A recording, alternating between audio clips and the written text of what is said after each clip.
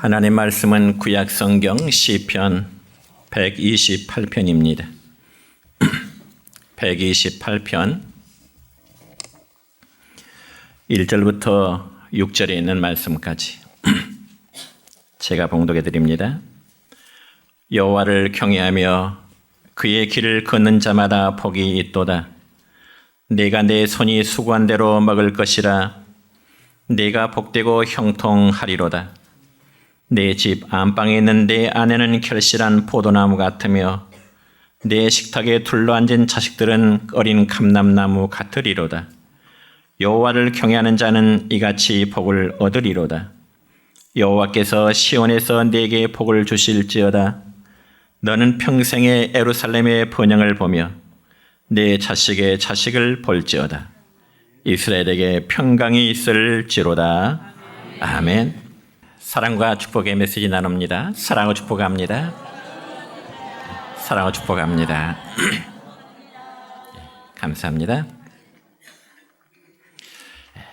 오늘은 구약 성경 시편 128편 1절부터 6절에 있는 말씀을 중심해서 행복한 가정의 조건이라는 제목으로 말씀을 선포하고자 합니다.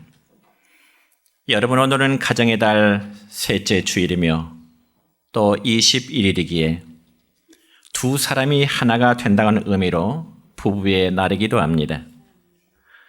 그래서 5월 21일을 부부의 날로 제정하게 됨의 시작은 1995년 민간단체인 부부의 날 위원회가 표어를 내걸고 관련 행사를 개최하는 데서부터 시작이 되었습니다.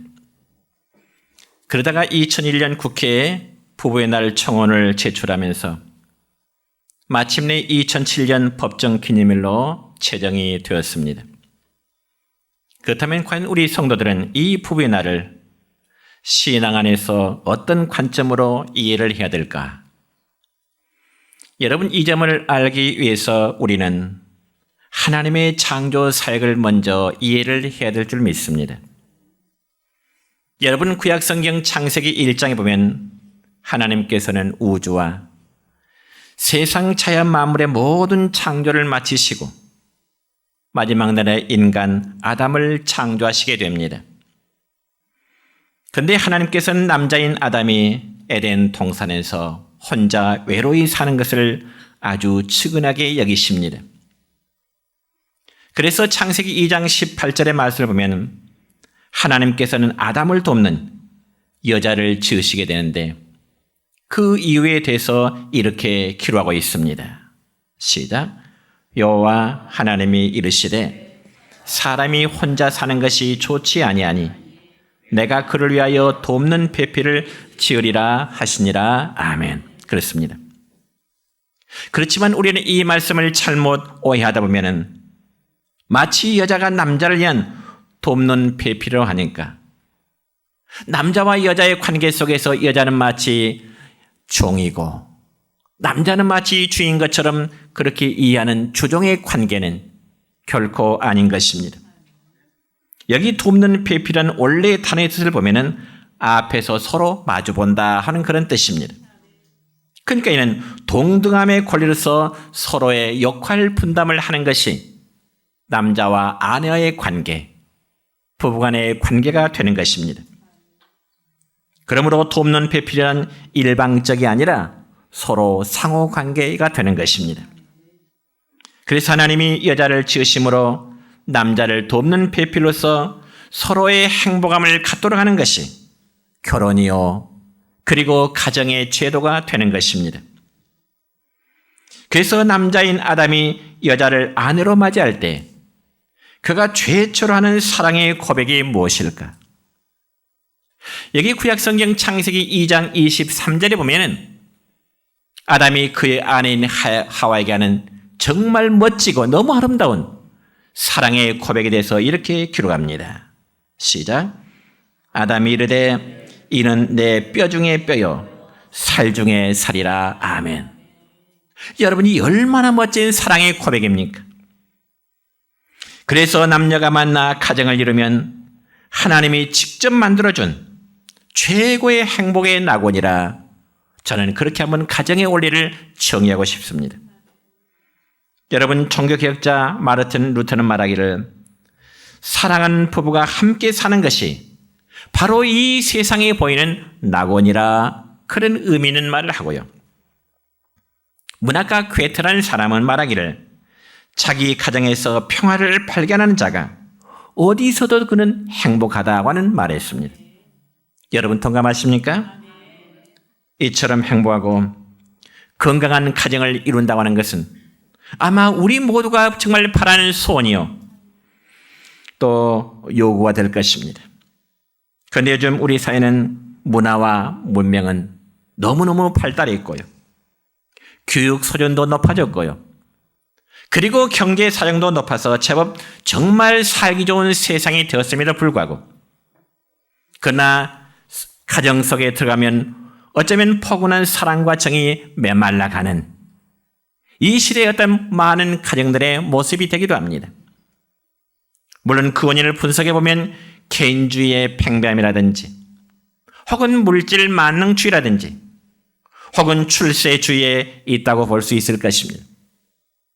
그래서 가정의 행복의 목표를 경제적인 풍요로움과 그리고 자녀들의 출세에 맞추다 보니까 우리 현실의 가정들은 과연 어떻게 나가고 있나요?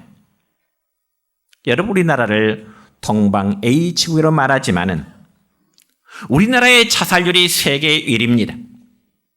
흡연율 세계 1위입니다. 낙태율 세계 1위입니다. 해외 입양률 세계 1위입니다. 이러다 보니까 가정의 질서가 무너지고요. 부모의 권위는 날로 추락되어 가고 있고요. 우리 젊은 청소년들의 탈선은 날로 증가되어지고 있는 우리의 현실입니다. 그 결과 성적인 타락과 그리고 가정폭력, 미혼모의 급증과 노인의 문제 등으로 인해서 가정이 붕괴되어져 가고 있는 우리의 현실임을 우리는 부정할 수가 없습니다. 여러분, 그리고 요즘에 결혼을 해도 부부가 자녀를 낳지 않고요. 단둘이서만 그저 행복함을 누리고자 하는 것이죠. 그러다 보니까 남녀가 결혼해도 아이를 평균 하나도 낳지 않는 0.78명의 저출산의 현상이 나타나고 있는 것입니다. 그러다 보니 여러분, 우리의 사회는 가장 기초적인 단위인 이제 가정이 급속도로 파괴되고 있는 그런 현상입니다. 그러면 과연 우리가 이런 현실에서 우리 성도의 가정이 정말 하나님이 세우신 의도대로 행복한 가정을 이루어가기 위해서는 과연 어떻게 살아야 될까? 첫째로 하나님을 경외하는 경건한 가정이 되어야 될 줄 믿습니다. 여러분, 우리가 읽은 오늘 본문 1절의 말씀을 보면 이런 말씀이 기록됩니다. 시작. 여호와를 경외하며 그의 길을 걷는 자마다 복이 있도다. 아멘. 여러분, 여기 여호와를 경외한다는 말은 원래 하나님을 두려워한다고 하는 그런 의미입니다. 그럼에도 우리 그리스도인들 가운데는 하나님을 믿는다고 하면서도 정작 하나님을 전혀 두려워하지 아니하는 그런 삶으로 살아가는 경우들이 많습니다. 그러다 보니까 신앙생활도 제멋대로입니다. 자기 마음대로입니다. 여러분, 우리가 하나님을 믿는다고 한다면 정말 하나님을 두려워할 줄을 알아야 되는 것입니다. 왜냐하면 여러분, 하나님을 두려워할 줄 아는 것이 바로 신앙생활의 가장 기초적인 문제가 되기 때문에 그렇습니다. 그럼 우리들의 가정이 행복해야 되는 첫 번째 비결은 여러분 온 가족이 하나님을 두려워하는 마음으로 경외하는 것임을 여러분 믿으시기를 축원합니다. 그래서 시편 127편 1절의 말씀 보면 이런 말씀이 있습니다. 시작. 여호와께서 집을 세우지 아니하시면 세우는 자의 수고가 헛되며 여호와께서 성을 지키지 아니하시면 파수꾼의 깨어있음이 헛되도다. 아멘. 정말 여호와께서 세우시고 하나님이 함께 하시는 성도의 가정은 언제나 행복해야 되고 언제나 견고해야 될 줄 믿습니다. 여러분, 구약 성경 여호수아서 24장 15절에 보면은 이스라엘 백성들의 지도자인 여호수아는 그의 백성들에게 올바른 신앙생활을 촉구하면서 이런 촉구의 메시지를 전합니다. 시작. 너희 조상들이 강 저쪽에서 섬기던 신들이든지 또는 너희가 거주하는 땅에 있던 아모리 족속의 신들이든지 너희가 섬길 자를 오늘 택하라. 오직 나와 내 집은 여호와를 섬기노라. 아멘. 바라기는 여러분의 가정이 오직 여호와 하나님만 섬기는 복된 가정 되시기를 축원합니다. 그리고 여러분, 우리 모두의 가정이 정말 행복한 가정을 이루기 위해서는 하나님을 경외하는 신앙생활의 색깔이 분명해야 됩니다. 무슨 말인가 하니 어정쩡한 신앙생활에서 요한계시록의 말씀을 보면은 주님을 라오디게아 교회를 책망하시는데 어쩌면 그 책망의 말씀이 우리에게도 주시는 말씀이 됩니다. 그러면 과연 주님께서 라오디게아에게 주신 그 책망의 말씀이 무엇일까? 이 점에서 요한계시록 3장 16절의 말씀 보면 주님은 이렇게 책망하십니다. 시작. 네가 이같이 미지근하여 뜨겁지도 아니하고 차지도 아니하니 내 입에서 너를 토하여 버리리라. 아멘. 여러분 입에서 음식물을 토해버린다는 것은 입맛에 맞지 않는다든지 혹은 아주 역겹다는 의미가 있습니다. 그렇다면 우리 신앙인이 하나님의 입에서 토해내 버림을 받는다면 어떻게 될까요? 하나님의 버림을 받게 되겠죠. 그러므로 이 말씀을 또 우리 각 가정에 비유한다면 뜨뜻 미지근한 믿음의 가정을 하나님이 버리신다는 말씀을 받아들이시길 바랍니다. 그런 반면에 오늘 본문 1절의 말씀처럼 여호와를 경외하며 그의 길을 걷는 자마다 복이 있을 것이라. 이 시간 하나님께서 저와 우리 모두에게 주시는 약속의 말씀입니다. 그러므로 여러분, 시편 128편의 전체 내용은 온 가족이 주님을 경외하며 주님의 축복 안에서 아름답게 살아가는 삶의 모습을 우리에게 보여주고 있습니다. 그리고 가정에서 각자 주어진 위치에 본분을 다하고 그리고 주일이면 온 가족이 함께 교회 나와서 하나님을 예배하며 섬기며 살아가는 겁니다. 이처럼 여러분, 하나님의 말씀을 마음에 새기고 그 말씀에 순종하며 살아가는 가정이 복된 가정이 될 수밖에 없습니다. 특별히 신약성경 사도행전 10장 2절의 말씀에 보면은 지난 주일에도 설교에서 말씀을 드렸듯이 고넬료라는 사람이 소개되고 있습니다. 그러면 과연 사도행전 10장에서 이 고넬료라는 사람은 어떤 사람일까요? 10장 2절입니다. 시작. 그가 경건하여 온 집안과 더불어 하나님을 경외하며 백성을 많이 구제하고 하나님께 항상 기도하더니. 아멘. 여러분이 이 말씀을 보면 고넬료는 경건하여 온 집안 식구들이 함께 하나님을 경외했다고 말씀합니다. 또한 그는 하나님께 항상 기도하는 사람이었다고 소개하고 있습니다. 왜냐하면 기도는 경건 생활의 필수 여건이기 때문에 그렇습니다. 정말 경건 생활을 한다는 사람이 기도 생활 없이 경건 생활은 이루어질 수가 없습니다. 특별히 유대인들은 하루에 3차례씩 시간을 정해놓고 기도하는 그런 습관이 있습니다. 그렇지만 고넬료는 유대인이 아닌 이방 사람이었음에도 불구하고 유대인들의 좋은 신앙 습관을 그가 받아들이게 된 것입니다. 그렇다면 우리 성도는 유대인들처럼 어쩌면 그들의 장점은 받아들여야 될 줄 믿습니다. 왜냐하면 기도는 우리의 인격과 우리의 삶을 변화시키고요. 기도는 우리의 삶에 막혀진 문제들을 해결하게 되고요. 기도는 우리의 삶을 성령의 충만함으로 이끌 수 있기 때문에 그렇습니다. 그러므로 기도하는 가정은 행복한 가정이 될 수밖에 없습니다. 그리고 기도하는 가정은 어떤 문제 앞에서 쉽게 한숨을 쉬거나 어떤 어려운 문제 앞에서 절망하지 않습니다. 왜냐하면 문제 해결을 하나님께 맡기기 때문에 그렇습니다. 여러분, 한때는 세계를 제패하던 로마 제국이 멸망했던 원인 중에 하나는 바로 그들의 가정이 붕괴되었기 때문에 그렇습니다. 그래서 로마가 무너져가는 모습을 지켜보면서 그때 한 철학자가 이런 기도를 하게 됩니다. 오 신이시여, 기도하는 가정을 로마에 다시 일으켜 세워 주옵소서.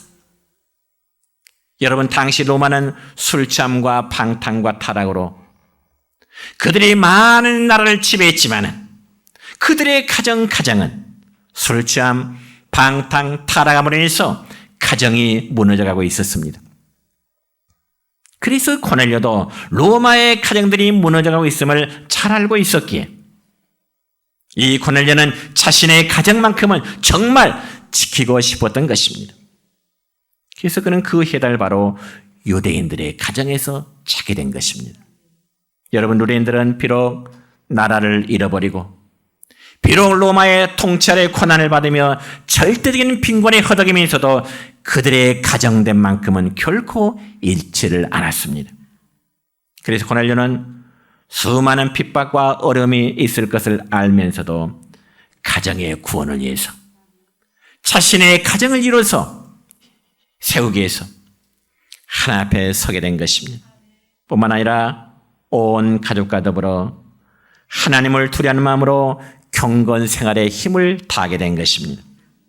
그리고 그는 기도하기를 게을리지 않았고요, 하나님의 말씀을 간절히 사모하게 된 것입니다. 그러면 과연 그 결과 하나님께서 고넬료의 가정을 기억하시고 축복해 주셨음을 여러분 믿으시길 바랍니다. 그렇다면 신앙이 무너져가는 이 시대에 우리 성도들의 가정도 고넬료의 가정처럼 모두가 한 가족이 더불어 하나님을 경외하는 그런 복된 가정 되시기를 주의 이름으로 축원합니다.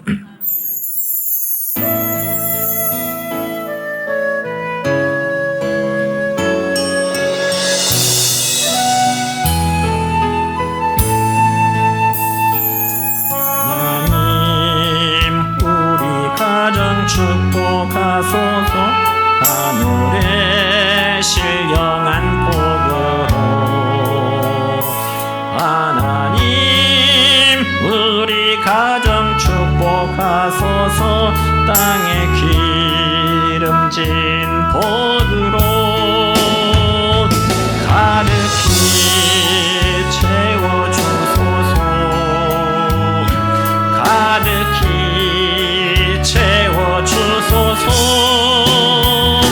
주님의 사랑, 주님의 평안, 주님이 주시는 기쁨, 자손 대대로 주님의 축복 영원히 주시옵소서. 하나님, 우리 교회, 하나님, 우리 교회 축복하소서. 성령의 충만한 복으로 하나님, 우리 교회, 하나님, 우리 교회 축복하소서. 만사 형통한 복으로 가득히 채워주소서. 가득히 채워주소서. 주님의 사랑, 주님의 평안, 주님이 주시는 기쁨, 자손 대대로 주님의 축복 영원히 주시옵소서. 두 번째로, 가족 간의 화평과 이웃을 사랑함이 행복한 가정이 됩니다. 오늘 본문 2절과 3절의 말씀입니다. 시작. 네가 네 손이 수고한 대로 먹을 것이라. 네가 복되고 형통하리로다. 내 집 안방에 있는 내 아내는 결실한 포도나무 같으며 내 식탁에 둘러앉은 자식들은 어린 감람나무 같으리로다. 아멘. 여러분, 이 말씀은 화목한 가정의 모습을 표현하는 말씀인데, 이 화목한 가정의 첫 번째는 무엇보다도 사랑이 있어야 될 줄 믿습니다. 여러분, 구약성경 잠언 15장 17절의 말씀 보면 이런 말씀이 있습니다. 시작. 채소를 먹으며 서로 사랑하는 것이 살찐 소를 먹으며 서로 미워하는 것보다 나으니라. 아멘. 여러분, 우리가 이 말씀 한번 깊이 묵상해 볼까요? 식탁에 올려진 채소 반찬 한 가지를 먹으면서도 가족 간에, 부부 간에 서로 사랑하는 것이, 오히려 식탁에 살찐 소고기를 먹으면서도 가족 구성원이 더 먹으려고 미워하는 것보다 훨씬 낫다는 것입니다. 동감하십니까? 그럼 우리 성도들이 화목하고 정말 행복한 가정 이루시기를 원하신다면 부부간의 사랑과, 그리고 부모와 자녀 간의 사랑과, 그리고 형제 간의 사랑이 항상 넘치는 가정 되시기를 힘쓰시기를 바랍니다. 또한 두 번째로 화목한 가정이 되기 위해서는 가족 구성원이 서로 대화하며 그리고 이해하는 마음이 있어야 될 줄 믿습니다. 사실 우리 모두가 가족 상호 간에 어떤 생각을 하고 있으며 어떤 고민을 하고 있는지를 잘 모르는 경우들이 많습니다. 부모님의 생각이 어떠신지, 자녀들의 생각이 어떤지, 배우자인 남편의 생각이 어떤지, 아내의 생각이 어떤지, 형제간의 생각이 어떤지 잘 모르는 경우들이 너무나 많습니다. 그러다 보니까 마치 가정이 참인하지 않은 하숙집 같고, 밥이나 먹는 식당과도 같고, 옷이나 갈아입는 탈의실과 같다면 과연 그것이 가정의 행복이라 말할 수 있을까요? 그러므로 가정에서는 부부간에, 그리고 부모와 자식 간에, 그리고 형제 간의 대화를 통하여 서로의 문제를 의논하고 해결해야 될 줄 믿습니다. 왜냐하면 남들에게 감히 하지 못할 얘기라도 가족 간에는 아무리 많은 실수가 있다할지라도 서로 덮어주고 감쌀 수 있는 것이 우리들의 가정 아니겠습니까? 그러면서 서로 대화가 없으므로 서로의 오해의 소지가 생기고요. 그 오해가 점점 쌓여서 결국 불신의 벽이 높아지다 보니까 부모와 자녀 간의 갈등이 생기고, 부부 간의 갈등이 생기고, 형제 간의 갈등이 생길 수밖에 없는 겁니다. 정말 가족 구성원은 서로 대함으로 마음이 하나 돼서 정말 예수 믿는 성도의 가정이 행복한 가정으로 세워나가야 되는 것입니다. 또한 세 번째로 행복한 가정이 되기 위해서는 질서와 서로 존중하는 마음이 있어야 되는 겁니다. 여러분, 어느 곳에서나 질서가 지켜질 때 그 사회는, 그 공동체는 아름다운 것입니다. 그래서 유교 사상의 도덕을 실천하는 가르침 중에 삼강오륜이라는 게 있는데, 그 중 3강의 첫 번째가 바로 군의신강이라는 게 있죠. 군의신강이라는 말은 임금 앞에 신하는 충성스러워야 된다는 질서입니다. 그리고 두 번째는 부의차강이 있죠. 부모와 자식 간에도 질서가 있는데, 그 질서는 바로 자식이 부모에게 효도를 해야 된다는 질서입니다. 그리고 세 번째는 부의부강이라는 게 있는데, 부부간에도 서로 간의 도리와 정절을 잘 지켜야 된다는 질서입니다. 그런데 그러한 같은 경우는 우리의 가정에도 마찬가지입니다. 분명히 부부간에는 질서가 있어야 되고요, 부모와 자녀 간의 관계도, 형제 간의 질서가 지켜져야 되는 것입니다. 그래서 이런 가정의 질서가 올바로 지켜지게 될 때 그 가정은 행복한 가정으로 세워지게 되는 것입니다. 그리고 이러한 질서를 지키기 위해서는 부부가 서로 존중할 줄 알아야 되고요, 각자의 인격을 존중해야 되는 것입니다. 왜냐하면 가정에서 일방적인 권위와 고집은 가족의 화목을 깨뜨리게 되고 서로에게 상처를 안겨줄 수밖에 없습니다. 정말 남편은 아내의 인격을 존중하는 것이고요, 아내는 남편의 인격을 그만큼 존중해야 할 때 서로 상호간의 관계 속에서 그럴 때 행복해지게 될 것입니다. 뿐만 아니라 성도의 아름다운 가정에 이제는 성도의 삶은 아름다운 삶이 이웃에게도 베풀어야 되는 것이죠. 다시 한번 신약성경 사도행전 10장에 보면은 백부장 코넬료라는 사람은 그는 유대 나라를 지배하는 하나의 군대 지휘관 정복 장교입니다. 그 때문에 이 코넬료는 그가 마음만 먹으면은 얼마든지 유대인들을 괴롭히면서 자신들의 유익을 위해서 모든 것을 빼앗고 또한 탈취할 수 있는 위치입니다. 그럼에도 오히려 코넬료는 유대인들의 가난하고 고통받는 그들을 많이 구제했더라 그렇게 소개합니다. 사도행전 10장 4절의 말씀 볼까요? 시작. 천사가 이르되 내 기도와 구제가 하나님 앞에 상달되어 기억하신 바가 되었으니 그랬습니다. 여러분, 우리가 구제하는 대상은 분명 사람입니다. 그래서 코넬료가 유대인 사람에게 한 구제가 하나님께 상달되었다는 것을 우리는 기억할 필요가 있습니다. 다시 말씀드려서 이 코넬료는 사람에게 구제를 베풀었는데 그것이 하나님께 드린 것이나 마찬가지가 되었다는 것입니다. 그래서 예수님은 마태복음 6장에서 말씀하시기를 구제하는 자는 사람들에게 인정, 사람들에게 영광 받으려 하지 말고 어떻게 해요? 은밀하게 하라. 그렇게 말씀하십니다. 그러면서 내가 구제할 때는 그에 따른 대가도 역시 기대하지 말아라. 이 점에서 마태복음 6장 4절의 말씀 볼까요? 시작. 내 구제함을 은밀하게 하라. 은밀한 중에 보시는 너희 아버지께서 갚으시리라. 아멘.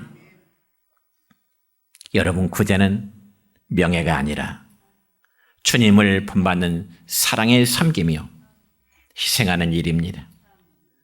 여러분, 사도행전에 기록된 초대 예루살렘의 교회는 참 어려운 사람들을 돌아보는 이 구제 사업을 굉장히 잘한 교회입니다.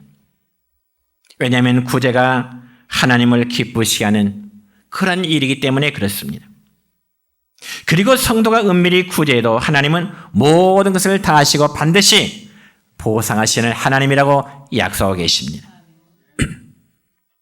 제가 어린 시절에 읽었던 이야기책 가운데 물론 제목은 이제 생각나지 않지만은 내용은 이렇습니다. 옛날 어떤 임금이 왕이 자기가 다스리는 이제 백성들 즉 민심을 살피기 위해서 아주 눈보라가 세차게 몰아치는 겨울날 밤에 누더기 옷을 걸치고 마치 거지의 모습으로 야간 순찰 나갔습니다. 왕이 누더기 옷을 걸치고 그런 이 왕이 한 대신의 집에 찾아가서 말하기를 문을 두드리며 말합니다. 이 밤에 잘 곳이 없어 그러니 하룻밤만 좀 지어달라고 왕이 대신의 집에서 문을 두드리면서 이야기합니다. 그자 대신은 아랑곳하지 않고 종도를 시켜서 누더기 옷을 걸친 거지 모양의 왕을 문 밖으로 내쫓아버렸습니다. 그자 왕은 그 고을의 선비집이나 혹은 여러 부잣집의 문을 두드려 잠자리를 부탁했지만 한결같이 다 거부를 당합니다. 그래서 임금은 할 수 없이 초라한 오막살이 집에 찾아가서 문을 두드립니다.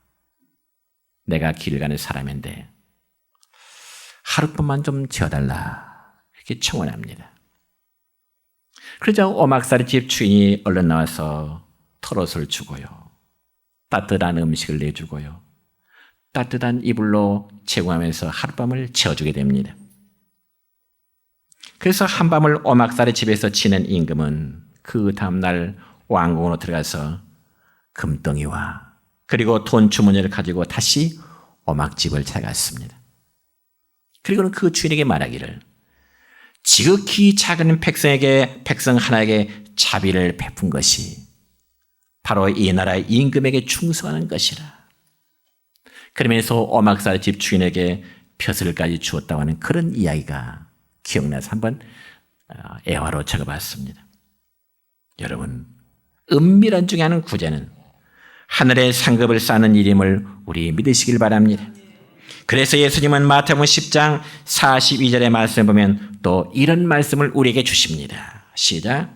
또 누구든지 제자의 이름으로 이 작은 자 중 하나에게 냉수 한 그릇이라도 주는 자는 내가 진실로 너에게 이르노니 그 사람이 결단코 상을 잃지 아니하리라 하시니라. 아멘.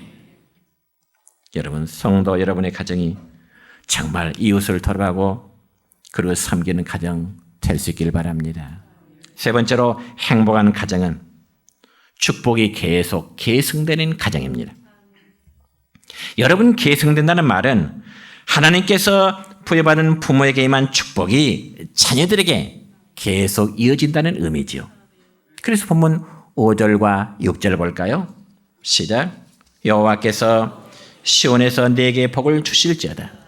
너는 평생의 예루살렘의 번영을 보며 내 자식의 자식을 볼지어다. 이스라엘에게 평강이 있을지로다. 아멘. 여러분, 하나님이 축복하시는 가정은 그 축복이 자녀들까지 계속 이어지는 이제 축복입니다.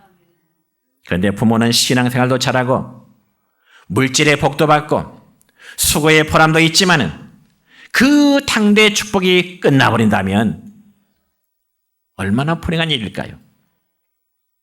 그렇지만 복되고 복된 가정이 되기 위해서는 내가 받은 하나님의 은총과 축복이 자손 대대로 이어져야 그게 바로 하나님이 약속하신 복의 계승이 되는 것입니다. 오늘 본문 3절의 말씀 보세요. 제가 읽겠습니다. 내 집 안방에 있는 내 아내는 결실한 포도나무 같으며 내 식탁에 둘러앉은 책들은 어린 감람나무 같으리로다. 식탁에 둘러앉은 어린 책들. 식탁에 둘러앉은 어린 자식들. 이것은 바로 부모님의 신앙적인 가르침 속에 자라나는 자녀들을 가리킵니다. 여러분, 지금도 이스라엘 국민들의 가정에서는 어릴 때는 물론 그렇고요. 자녀들이 성장해서 어느 곳에 흩어졌든지 매달 초하루, 즉 그들이 말하는 월삭에는 온 가족이 함께 모여서 매월 첫날 객지 있던 자녀들이 집으로 돌아와서 하나님께 함께 예배하고 공동 식사를 한다는 겁니다. 이런 문화를 우리도 좀 본받았으면 참 좋겠다, 그런 생각이 좀 듭니다. 왜냐하면 하나님을 경외하면 자손들도 하나님의 사랑을 받게 되고 말씀 안에서 부모를 잘 공경해주는 자녀들이 되기 때문에 그럴 것입니다. 그러면서 자녀들을 또한 어린 감람나무로 비유했는데, 감람나무는 하나님의 축복, 아름다움과 참신함, 그리고 평화를 상징하고요. 인류의 역사 이래로 새로운 삶과 희망을 전달하는 나무가 감람나무라 그렇게 이야기합니다. 그래서 이 감람나무는 이 생명력이 참 강해서요. 사막에 아무리 척박한 땅에서 잘 자라고 수천 년이 지나도록 유익하고 좋은 기름을 생산한 나무가 감람나무입니다. 그러니까 마찬가지로 하나님은 감람나무의 번성함처럼 여호와 하나님을 사랑하는 자에게 이와 같은 복을 내리시겠다고 약속하고 계십니다. 여러분의 자손들이, 여러분의 자녀들이 이러한 축복이 계승되어지기를 축원합니다. 그러므로 신명기 5장 10절의 말씀 보면 이런 말씀이 있습니다. 시작. 나를 사랑하고 내 계명을 지키는 자에게는 천대까지 은혜를 베푸느니라. 아멘. 이 약속 믿으시기 바랍니다. 나를 사랑하고 내 계명을 베푸는 자에게 내가 천대까지 그의 모든 자손들에게 약속의 복을 내리신다는 겁니다. 또한 신명기 28장 4절입니다. 시작. 내 몸의 자녀와 내 토지의 소산과 내 짐승의 새끼와 소와 양의 새끼가 복을 받을 것이며. 아멘. 여러분, 성경에 보면은 아브라함과 이삭과 야곱의 하나님이란 말이 종종 나옵니다. 아브라함과 이삭과 야곱의 하나님. 이것은 바로 하나님을 경외함으로 축복이 자손 대대로 이어진다는 말씀을 묘사하는 거죠. 그렇다면 우리 모두의 가정도 아브라함과 이삭과 야곱의 하나님의 축복이 우리 모든 성도의 가정에도 임하기를 축원합니다. 여러분, 과거의 우리의 과정이 어떻게 살아왔느냐, 그건 중요하지 않습니다. 과거의 우리의 가정이 어떤 모습으로 살아왔느냐, 그게 중요하지 않아요. 지금이 중요합니다. 과거사를 잊어버리고 지금부터 하나님이 원하시는 가정이 되기만 하면 하나님께서 복된 가정을 만들어 주실 것이고요. 그런 가정이 되도록 변화를 시도하는 여러분 되시길 바랍니다. 여러분, 사람이 타고난 성격, 외모는 정말 바꿀 수 없어요. 그렇죠? 자신의 성격, 외모는 바꾸질 못해요. 그러나 우리가 사소한 사고방식이나 행동의 패턴을 1%만 바꿔도 상상을 초월하는 놀라운 결과를 맞게 될 것입니다. 그래서 여러분, 우리가 결과를 바꾸고 싶다면 먼저 원인을 바꿔야 됩니다. 많은 것이 아니라 단 1%만 바꿔도 엄청난 변화를 가져오게 된다는 거죠. 오늘 말씀 마무리합니다. 정말 우리 예수 믿는 성도의 가정 행복해야 됩니다. 행복해야 돼요. 그러나 행복의 시작은 바로 부부 관계입니다. 아내와 남편과의 관계가 원만하지 못하면 그 가정에 아무리 많은 것으로 채워져도 행복하지 않습니다. 그러나 반대로 가정에 부족함이 있어도 남편과 아내가 서로 사랑하고 부족함을 채워간다면 그야말로 최고의 행복의 장소가 될 것입니다. 이것이 바로 오늘 설교 말씀의 핵심입니다. 설교 말씀의 핵심 부분을 다시 한번 강조합니다. 여러분, 성도의 가정이 행복하기를 원한다면 부부 관계가 원만해야 돼요. 부부 관계가 원만하지 못하면 그 가정에 아무리 많은 것을 채워도 행복하지 않아요. 반대로 가정에 부족함이 있어도 남편과 아내가 정말 사랑한다면, 자녀가 부모를 정말 존경한다면 그보다 더 행복한 가정이 어디 있겠습니까? 오늘 우리 성도는 행복의 조건을 우리가 세상적인 것으로 채우려 하지 마시고 신앙 안에서 찾아 나서기를 주의 이름으로 축원합니다.